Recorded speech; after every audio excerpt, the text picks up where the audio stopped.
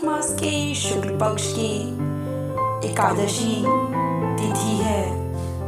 आज के दिन भगवान विष्णु अपनी चिर निद्रा से जागृत हुए हैं। आज की व्रत को देव प्रबोधिनी एकादशी व्रत कहा जाता है। ब्रह्मा जी बोले, हे मुनि श्रेष्ठ, पापों को हरने वाली, पुण्य प्रदान करने वाली एकादशी महात्म को आप भक्तों को सुनाइए। पृथ्वी पर गंगा की महत्ता और समुद्रों तथा तीर्थों का प्रभाव तभी तक है जब तक कार्तिक की देव प्रबोधिनी एकादशी तिथि नहीं आती।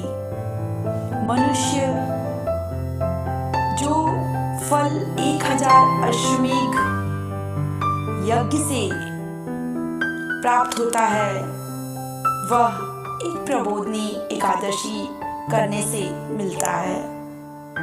नारद जी कहते हैं कि हे पिता, एक समय भोजन करने, रात्रि का भोजन तथा सारे दिन उपवास करने से जो फल मिलता है वह हमें विस्तार से सुनाइए।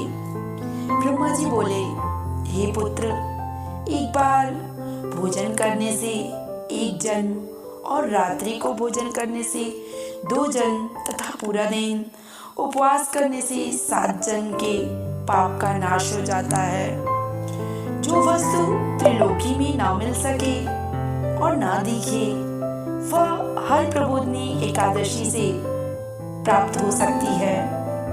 मेरु और मंदरांचल के समान भारी पाप भी नष्ट हो जाते हैं तथा अनेक जन्म में किए हुए पापों का समूह भी क्षण भर में भस्म हो जाता है। जैसे रुई के बड़े ढेर को अग्नि की छोटी सी चिंगारी पल भर में भस्म कर देती है। विधि पूर्वक थोड़ा सा पुण्य कर्म बहुत फल देता है, परंतु विधि रहित अधिक किया जाए तो उसका फल कुछ नहीं मिलता। संध्या ना करने वाले, नास्तिक, वेद निंदक, धर्मशास्त्र को दूषित करने वाले, पाप कर्मों में रत रहने वाले, दूसरों को धोखा देने वाले, ब्राह्मण, शूद्र, परस्त्री गमन करने वाले तथा ब्राह्मणी से भोग करने वाले चांडाल के समान हैं। जो विधवा अथवा सधवा ब्राह्मणी से भोग करते हैं, वे अपने कुल को नष्ट कर देते हैं। परस्त्रीगामी के संतान नहीं होती और दूसरे पूर्व जन्म के संचित अच्छे कर्म भी नष्ट हो जाते हैं। जो गुरु ब्राह्मणों से अहंकार युक्त बात करता है,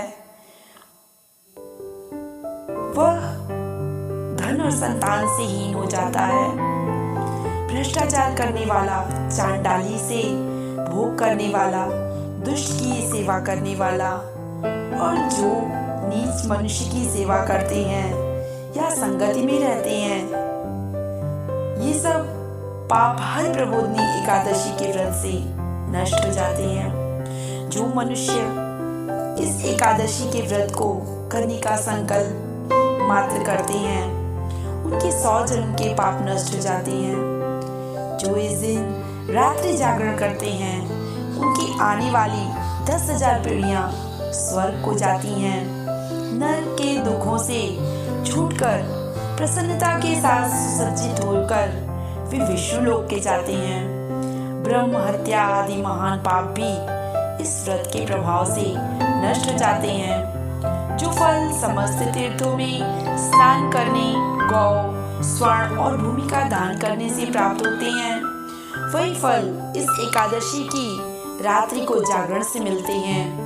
हे मुनि शार्दूल, इस संसार में उसी मनुष्य का जीवन सफल है जिसने हर प्रबोधिनी एकादशी का व्रत किया। वही ज्ञानी तपस्वी जितेंद्रिय है तथा उसी को भोग एवं मोक्ष मिलता है जिसने इस एकादशी का व्रत किया है वह विष्णु को अत्यंत प्रिय मोक्ष के द्वार को बताने वाली तथा उसके तत्व को ज्ञान देने वाली है। वह मन, कर्म, वचन तीनों प्रकार के पाप इस रात्रि को जागरण से नष्ट हो जाते हैं।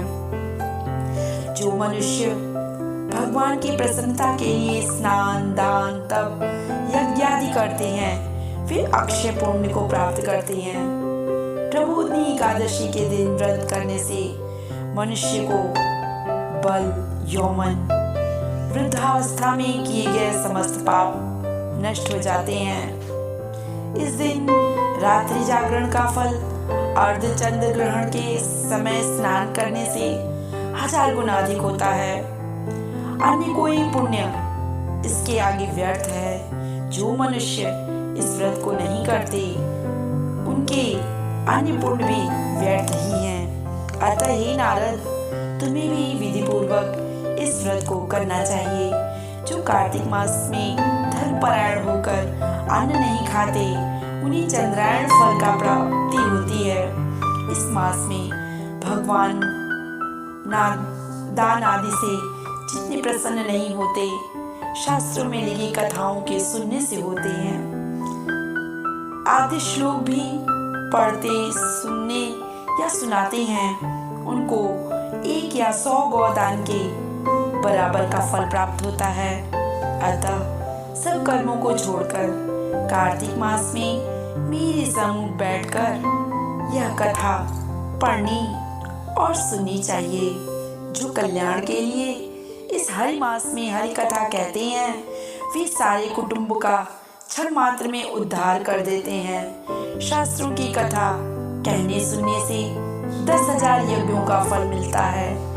जो नियम पूर्वक हरि कथा सुनते हैं वे 1000 गोदान का फल प्राप्त करते हैं। विष्णु के जागने के समय जो भगवान की कथा सुनते हैं वे 7 द्वीप समेत पृथ्वी के दान करने का फल पाते हैं।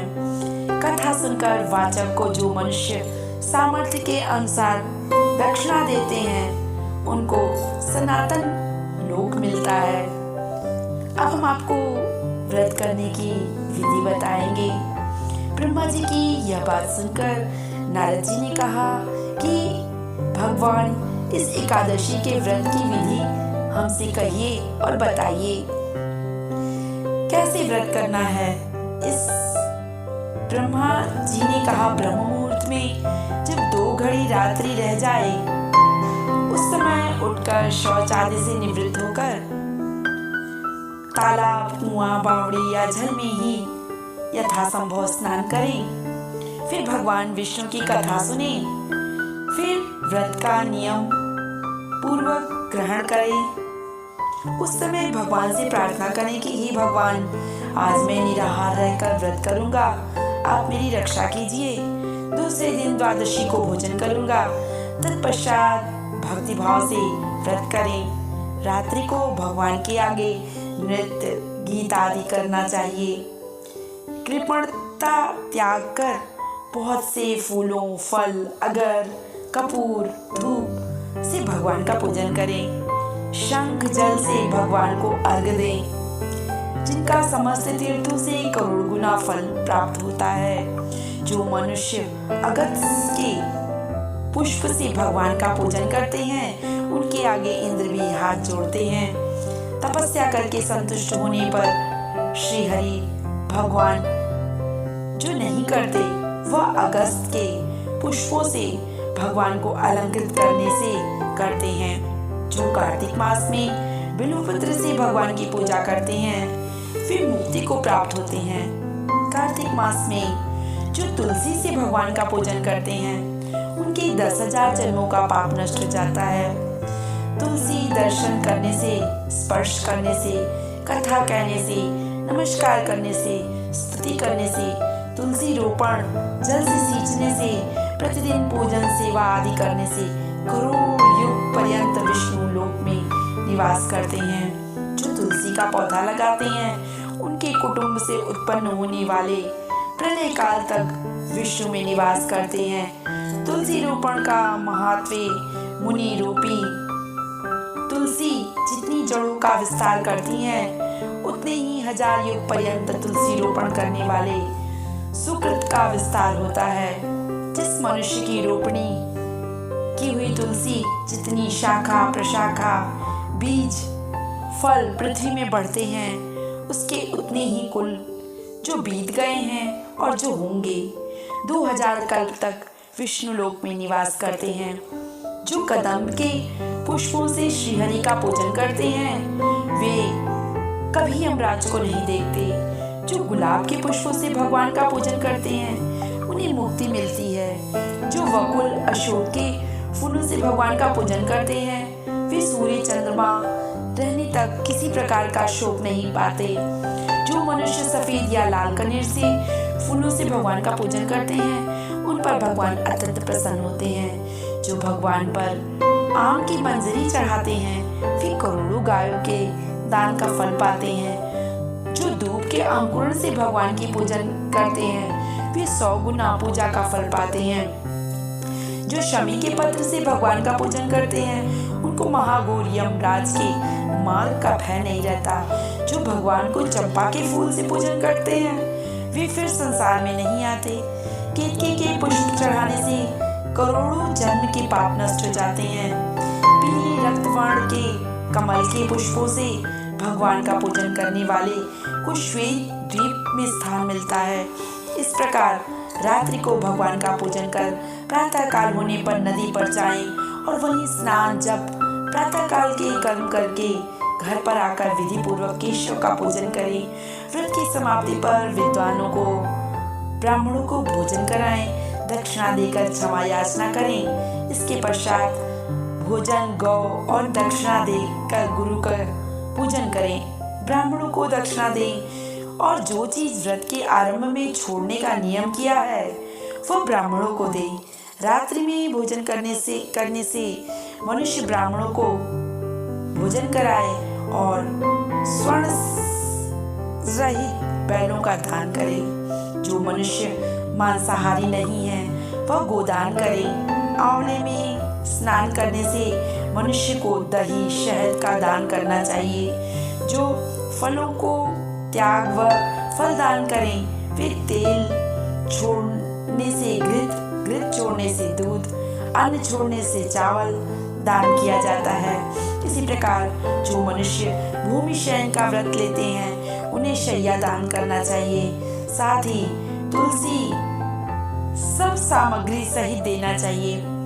पत्ते पर भोजन करने वाले को सोने का पत्ता घृत सहित देना चाहिए। मौन धारण करने वाले को ब्राह्मण और ब्राह्मणी को घृत तथा मिठाई का भोजन कराना चाहिए।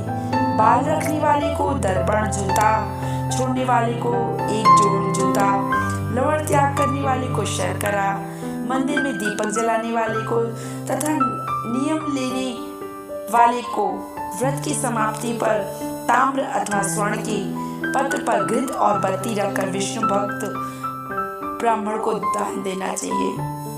एकांत व्रत में 8 कलश वस्त्र और स्वर्ण से अलंकृत करके दान करना चाहिए। यदि वह भी न हो सके तो अभाव में ब्राह्मण का सत्कार सब व्रतों को सिद्ध करने वाला कहा गया है। इस प्रकार ब्राह्मण को प्रणाम करके विदा करें। उसके पश्चात स्वयं भी भोजन करें। जिन वस्तुओं को चातुर्मास में छोड़ा हो, उन वस्तुओं की समाप्ति करें अर्थात ग्रहण करने लग जाएं। हे राजन, जो बुद्धिमान इस प्रकार चतुर्मास व्रत को निर्विघ्न समाप्त करते हैं, वे कृतकृत हो जाते हैं और फिर उनका जन्म नहीं होता। यदि व्रत भ्रष्ट हो जाए तो व्रत करने वाला कोढ़ी या अंधा हो जाता है। भगवान कृष्ण कहते हैं कि राजन, जो तुमने पूछा था वह सब मैंने बताया। इस कथा को पढ़ने और सुनने से 100 गोदान का फल प्राप्त होता है।